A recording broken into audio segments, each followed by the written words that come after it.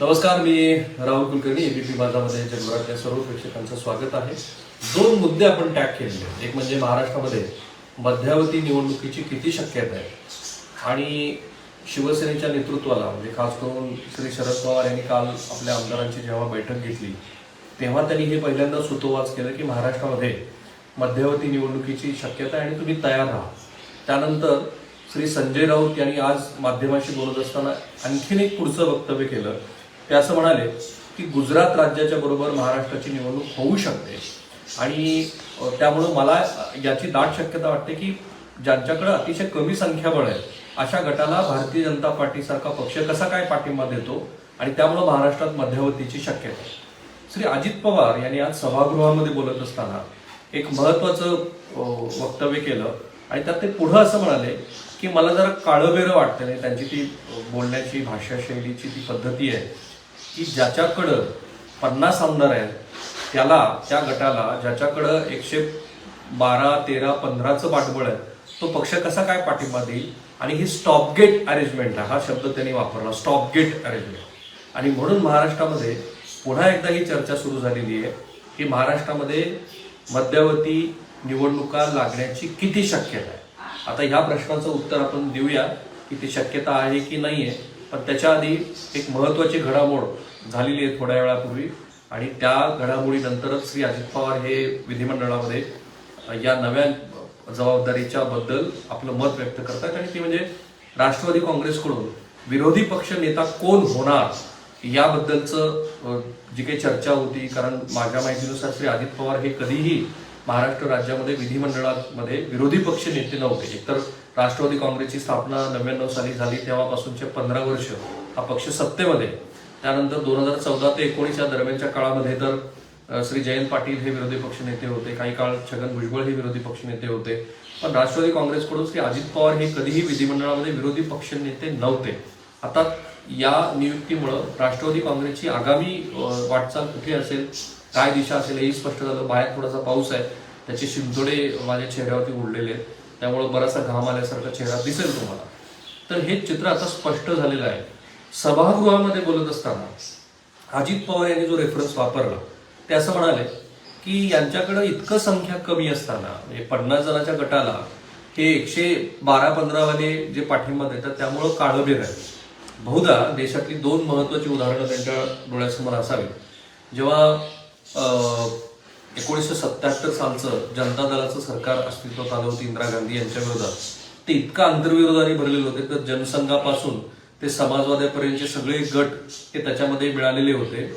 आणि जनता पक्षाचे अनेक असे नेते की ज्यांना असं वाटत होतं की आपल्यामध्ये ते सगळं मटेरियल आहे की जे एका पंतप्रधानामध्ये असायला हवं.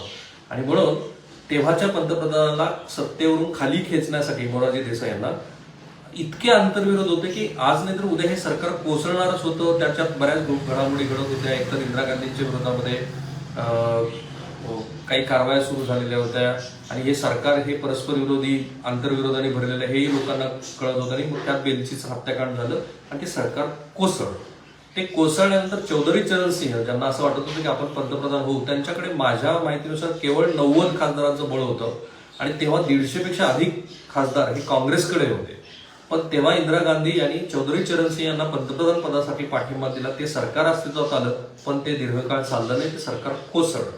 त्यानंतर व्हीपी सिंह यांनी राजीव गांधी यांच्या विरोधामध्ये बोफर्स प्रकरणी आरोप केले. व्हीपी सिंह यांचं सरकार सत्तेवरती आलं, तेही आंतरविरोधाने भरलेलं होतं, तेही सरकार लवकरच कोसळलं. आणि चंद्रशेखर की ज्यांच्याकडे माझ्या माहितीनुसार 60-62च खासदारांचं बळ होतं, तेव्हा की जेव्हा राजीव गांधी यांच्याकडे 232 खासदारांचं बळ होतं, त्या राजीव गांधी यांनी चंद्रशेखर यांना पंतप्रधान होण्यासाठी पाठिंबा दिला. आणि तेव्हा देश क्रायसिसमध्ये होता, बॅलन्स ऑफ पेमेंटचा क्रायसिस त्यावेळेला सुरू होता. आपल्याकडे विदेशी चलन नव्हतं, म्हणजे आपल्याकडे क्रूड ऑइल आयात करण्यासाठी पैसेच नव्हते.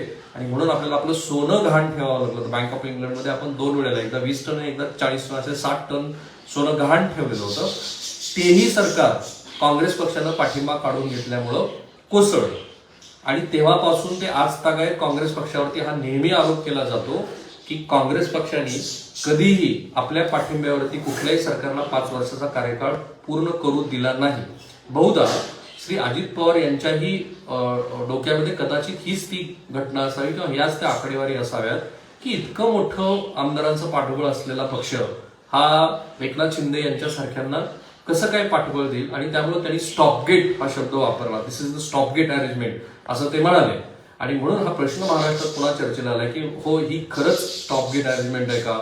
भारतीय जनता पार्टीला केवळ काही काळ काढायचा आहे आणि म्हणून हे सरकार आपल्याकडे संख्याबळ असताना सुद्धा कमी संख्याबळ असलेल्या एकनाथ शिंदे यांना पाठिंबा देऊन त्यांनी सत्तेवरती आणलेला आहे. बाकीच्या बऱ्याच गोष्टीचा उहापोह झालेला आहे की एकनाथ शिंदे यांना त्यांनी का मुख्यमंत्री पदासाठी पाठिंबा दिला. आपल्या मधल्या वेळेचा जो आधीचा एपिसोड आहे, जो 10 लाखापेक्षा अधिक लोकांनी पाहिलेला आहे, तो जरूर काढून पहा. आणि त्याच्यामध्ये एकनाथ शिंदे यांना पाठिंबा देण्यामागची सगळी कारणं काय आहेत ते आपण सांगितले. आता या प्रश्नाचं उत्तर देत असताना एक नवा खुलासा पण आज आपण करूया की भारतीय जनता पार्टी, कारण त्यांनी श्री अजित पवार यांनी आणखीन एक आकडेवारी दिली की भारतीय जनता पार्टी हा असा पक्ष आहे की जो पक्ष हा शिवसेनेच्या पाठिंब्यावरती महाराष्ट्रामध्ये वाढला. आत्ताच्या विद्यमान भारतीय जनता पार्टीचं जर देशभरातलं राजकारण बघितलं तर ते प्रादेशिक पक्षाचा संकोच करतात, ते त्यांच्याबरोबर जातात, त्यांचा संकोच करतात, स्वतःचं पक्षीय बळ वाढवतात. याच्यामध्ये काहीही दुमत असण्याचं काही कारण नाही. तो त्यांच्या राजकारणाचा भाग आहे की त्यांच्या हिंदुत्ववादी वोट बँकमध्ये ते जाणीवपूर्वक असा कुठलाही नवा भागीदार होऊ देत नाही. ते शिवसेनेला रिअलायझेशन झालं असं म्हणतात, पण तेही आपण बघू. कारण आता जी राष्ट्रीय कार्यकारिणीची त्यांची बैठक झाली तेलंगणामध्ये, ते तेलंगणामध्ये नव्या संधीच्या शोधात आहेत. तिथेही प्रादेशिक पक्ष म्हणजे तेलंगणा आणि आंध्र प्रदेशमध्ये 2 प्रादेशिक पक्ष सत्तेवरती आहेत.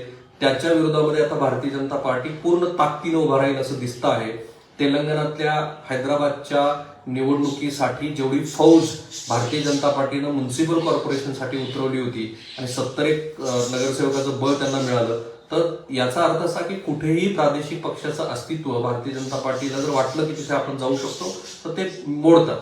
हे सगळे संदर्भ असल्यामुळं श्री अजित पवार असं म्हणाले की आमच्या मते हे सरकार दीर्घकाळ चालणार नाही.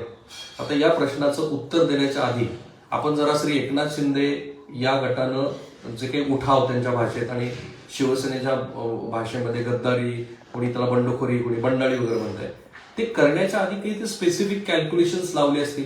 एक म्हणजे काही माध्यमांनी जी आकडेवारी दिली त्यानुसार याला 3,000 कोटीचा खर्च आला, कोणी म्हणतं याला 1,000 कोटीचा खर्च आला. हे कोणी व्हेरीफाय करणार नाही, पण हे निश्चित आहे की एवढं मोठं ऑपरेशन करण्यासाठी फार मोठं आर्थिक बळ लावलं गेलेलं आहे. ते केवळ भारतीय जनता पार्टीनंच लावलं असेल असं मानण्याचं काही कारण नाही. शिवसेनेच्या ज्या गटाने ही बंडाळी घडवून आणली, जो उठाव केला, त्याच्यासाठी ज्यांनी आर्थिक सोर्स वापरलेला आहे, तो आर्थिक सोर्स हा निश्चित स्वरूपाचा असा आर्थिक सोर्स आहे. तो मोठ्या प्रमाणामध्ये तो वापरला गेलेला आहे असं दिसतं आहे. तो वापरत असताना जर 3,000 कोटी रुपयाची ही उलाढाल असेल तर ज्यांनी कुणी हा खर्च केला त्यांनी तर भारतीय जनता पार्टीकडनं हा निश्चित ॲश्युरन्स घेतलेला असेल की हे इतके काळ तरी चाललं पाहिजे. आणि ते ॲश्युरन्स मिळाल्यानंतरच आकडे एकनाथ शिंदे यांच्या बरोबर आहेत असं लक्षात आल्यानंतरच दोन्ही बाजूनं पुढच्या वाटचाली झालेल्या आहेत आणि हे सरकार अस्तित्वात आहे. सगळ्यात महत्वाचा प्रश्न आहे की जो या मध्यावधी निवडणुकीच्या दृष्टीनं महत्वाचा आहे तो म्हणजे जर शिवसेनेला फोडून एक गट वेगळा करून मूळची शिवसेना ही आहे असा दाखवायचा प्रयत्न जर भारतीय जनता पार्टीचा असेल तर हे सिद्ध करण्यासाठी काही काळ जावा लागेल. एक म्हणजे आता एकनाथ शिंदे यांच्याबरोबर आमदार आहेत, काल 39 होते, आज 40 झाले, हे खरंच आहे. पण पक्ष हा शिवसेनेसारखा पक्ष हा कार्यकर्त्याच्या जोरावरती चालतो. त्याच्यासाठी तुमच्याकडे जिल्हा प्रमुख यायला लागतात, तुम्हाला ग्रामपंचायतीचे सरपंच यावे लागतील, पंचायत समितीचे सभापती, जिल्हा परिषदेचे सदस्य, खासदार, नगरसेवक, तुमच्या लोकाधिकार समिती जे काही मुंबईत आहेत ते सगळे पदाधिकारी. त्याच्यासाठी एकनाथ शिंदे गटाला काही वेळ द्यावा लागेल आणि तेच कारण आहे, मुख्य कारण, की मुख्यमंत्रीपद जेव्हा एकनाथ शिंदे यांना दिलं गेलंय तेव्हा शिवसेना पक्षाचं पुरेपूर खच्चीकरण करणं असा एकमेव प्रादेशिक राजकीय पक्ष की जो हार्डकोर हिंदुत्ववादी होता, मधल्या काळात त्यांनी ती भूमिका सोडून दिली. आता खरं म्हणजे हा प्रश्न कोणी त्यांना विचारत नाही की जर 2019 मध्ये दोन्ही बाजूनी जर उलट झालं असेल तर जशी उत्तरं भाजपला द्यायची आहेत तशीच उत्तरं शिवसेनेलाही द्यायची की मग ते नंतर जे म्हणाले की आमचंच हिंदुत्व खरं आहे ते नेमकं काय वगैरे. तर जर शिवसेनेचं पूर्ण खच्चीकरण करायचं असेल तर त्याच्यासाठी हा जो काळ आहे, जे एकनाथ संजय राऊत म्हणाले की डिसेंबर अखेर जेव्हा गुजरातच्या निवडणुका होतील तेव्हाच महाराष्ट्राच्या निवडणुका होते, तर ती शक्यता फार कमी आहे. आता तिसरा एक प्रश्न उपस्थित होऊ शकतो की जो या प्रश्नाशी निगडीत आहे की भारतीय जनता पार्टीनं स्वतःकडे मुख्यमंत्री पद का नाही घेतलं. तर त्याचं कारण एकतर त्यांच्याकडे संख्याबळ नव्हतं जे एकनाथ शिंदे यांनी आणलं, अर्थात एकनाथ शिंदे यांना ते मुख्यमंत्री पद दिलंय. पण मग भारतीय जनता पार्टीला हा वेळ आहे, 2.5 वर्षाचा काळ आहे की 2.5 वर्षाच्या काळामध्ये जो प्रयोग काँग्रेस आणि राष्ट्रवादी काँग्रेसच्या काळात होत होता की सगळी महत्वाची खाती ही राष्ट्रवादी काँग्रेसकडे होती, तर तशाच पद्धतीचा प्रयोग आता ज्या वेळेला मंत्रिमंडळाचं वाटप होईल, खाते वाटप होईल, त्यावेळेला आपल्या लक्षात येईल की या प्रयोगाची नेमकी म्हणजे मुख्यमंत्रीपद एकनाथ शिंदे यांच्याकडे देऊन भाजपनं काय मिळवलेलं आहे. तर अशी खाती भारतीय जनता पार्टीकडे आली तर या खात्याच्या माध्यमातून आपला जो अजेंडा आहे तो अजेंडा भारतीय जनता पार्टी पुढे घेऊन जाऊ शकते, लोकात जाऊ शकते. त्यांनी निर्णयाचा धडाकाच लावलेला आहे आणि संपूर्ण स्वबळावरती, कारण आज 288 पैकी 120 ते 140 जागा त्यांना शिवसेनेला द्याव्या लागत होत्या. आज तेवढ्या जागा देण्याची गरज नाही. आत्ता जे संख्याबळ अपक्ष आणि शिवसेनेच्या स्वतःच्या मूळच्या आमदारांचं मिळून श्री एकनाथ शिंदे यांच्याकडे 50 आहे फक्त, म्हणजे 288 वजा 50, तर जवळपास त्यांच्याकडे किती अधिक प्रमाणातल्या जागा, 100 पेक्षा अधिक जागा ह्या त्यांना एक्स्ट्रा मिळत आहेत शिवसेनेच्या मागच्या वेळेच्या. त्यामुळे हेही कॅल्क्युलेशन त्यांच्या बाजूने जाताना दिसतं आहे. आणि ह्या सगळ्याची जर गोळाबेरीज केली तर ही अधिक शक्यता वाटते की किमान सगळ्या महानगरपालिकांच्या निवडणुका पूर्ण होऊन मराठी माणसाचा मुद्दा, म्हणजे मराठी माणसाच्या मुद्द्यावरती आम्ही शिवसेना तोडलेली नाहीये, तर एका सामान्य मराठी माणसाला, मराठा समाजातल्या नेतृत्वाला आम्ही मुख्यमंत्री पदावरती बसवलं आणि तेही दीर्घकाळ बसवलं, असं प्रोजेक्शन करण्यामध्ये जोपर्यंत भारतीय जनता पार्टी यशस्वी होत नाही तोपर्यंत हे सरकार पडणे नाही.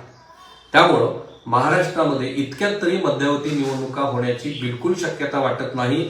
उलट या सरकारला अधिकात अधिक बळ देऊन महत्वाचा तो भाग आपल्याकडे ठेवून भारतीय जनता पार्टी ही आपला विस्तार वाढवण्याचा प्रयत्न करेल. अजूनही हे स्पष्ट झालेलं नाहीये की या गटाला जी कायदेशीर मान्यता मिळेल त्यानंतर या गटाचं जे विलिनीकरण होईल ते कशामध्ये होईल, ते भारतीय जनता पार्टीमध्ये होईल का आणखी कुठला तरी एक पक्ष बघितला जाईल की न्यायालयीन लढाईमध्ये आणखीच तिसरं काहीतरी होऊन बसेल.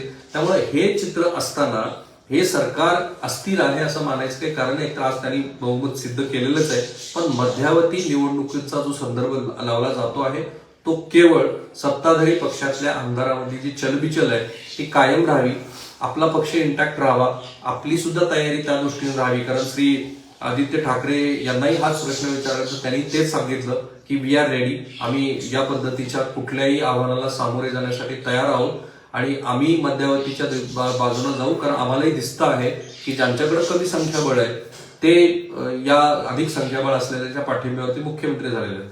म्हणजे विरोधी पक्षाचा आजचा जो काही ठरलेला टोन होता तो फार स्पष्ट होता की हे सरकार फार काळ टिकणार नाही असं त्यांना प्रोजेक्ट करायचं होतं महाराष्ट्रामध्ये.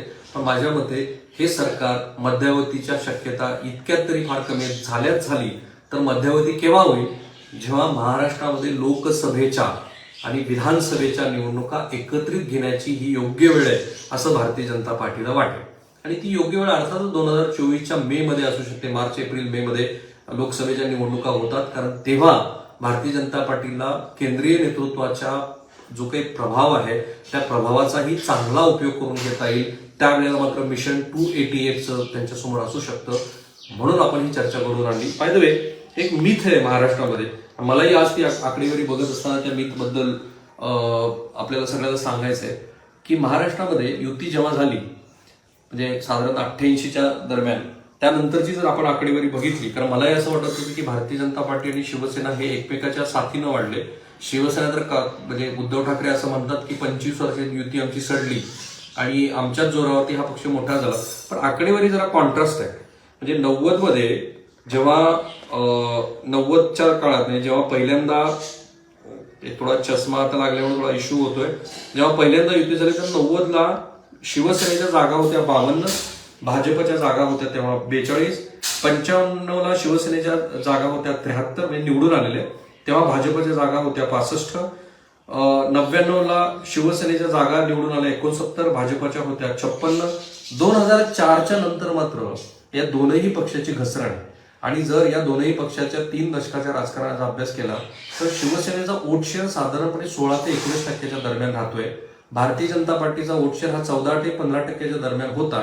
पण तो स्विंग होऊन नंतर कुठे वाढला ते आपण बघू. 2014ला शिवसेनेचे आमदार निवडून आले ते 62, भाजपचे 53. 2009ला जेव्हा महाराष्ट्र नवनिर्माण सेनेचं एक नवं अस्तित्वात आलं त्यावेळेला भाजपचे आमदार निवडून आले होते 2009ला 46 आणि शिवसेनेचे निवडून आले होते 44. आता हा जो टर्न अराउंड आहे जे शिवसेनेच्या आणि बऱ्याच राजकीय विश्लेषकांच्या मनात येतं की शिवसेनेच्या जोरावरती भाजपा वाढली, तर त्याच्यासाठीची ही आकडेवारी बघा की जेव्हा नरेंद्र मोदी यांचा देश पातळीवरती एक उदय झालेला दिसतो आहे त्याच वेळेला भारतीय जनता पार्टीला महाराष्ट्रामध्ये यश मिळालेलं आहे.